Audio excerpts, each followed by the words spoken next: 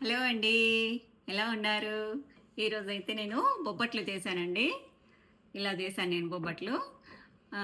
పిల్లలు ఏం చేస్తారంటే బయట నుంచి నేను లేనప్పుడు తినాలనిపించినప్పుడు బయట నుంచి తీసుకొచ్చారు. ఇవి ఫ్రోజెన్‌వండి.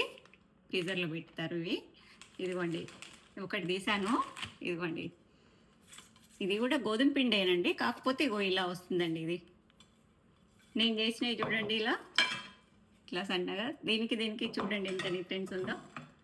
ఇంకా బయట కూడా ఇండియన్ స్టోర్‌లో బయట విడిగా కూడా అమ్ముతారండి. అది దాంట్లో ఎక్కువ మైదా వేస్తారనమాట. మైదాను, పసుపు 2 మిక్స్ చేసి చేస్తారవి. కాకపోతే వీళ్ళైతే ఫ్రోజన్‌వి తెచ్చుకున్నారు పిల్లలు. చూద్దాం ఒకసారి టేస్ట్ ఎలా ఉందా వీటికి, బయట తీసుకొచ్చిన దానికి, నేను చేసిన దానికి.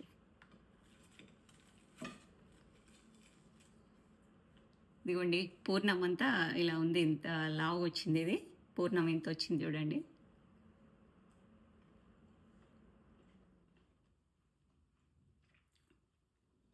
స్వీట్ బాగానే ఉంది కానీ కాకపోతే కొంచెం గోధుమ పిండి ఎక్కువ వచ్చింది ఇందులో. ఇప్పుడు నేను చేసింది చూస్తానండి.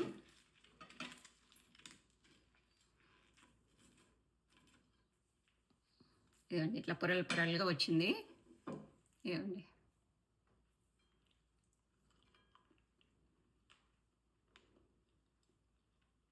దీనికి డిఫరెన్స్ ఏంటంటే ఇది కొంచెం ఇట్లా స్మూత్గా వచ్చిందండి. ఇది నోట్లో వేయగానే కొంచెం కరిగిపోతుంది. దీనికేమో కొంచెం నమలాల్సి వస్తుంది. అదే డిఫరెన్స్ అండి. నేను అదే ఒక్కసారి ఎలా ఉందో చూద్దామని చెప్పేసి ఇంకా ఇంట్లో పిల్లలు అంతా పప్పు ఉడకబెట్టడము, అదంతా గ్రైండర్ పట్టడము, చేసుకోవడం అంటే చాలా ప్రాసెస్ కదండి. ఇంకా నేనున్నప్పుడైతే మా పాపకైతే చాలా ఇష్టము. నెలలో ఒక 2 సార్లు 3 సార్లు అయితే కంపల్సరీ చేస్తానండి బొబ్బట్లు. మీరు మైదా పిండితో చేస్తారా? గోధుమ పిండితో చేస్తారా? అనేది కూడా కమెంట్ సెక్షన్‌లో పెట్టండి. నేనైతే గోధుమ పిండితోనే చేస్తానండి. గోధుమ పిండి హెల్త్‌కి మంచిది కదా!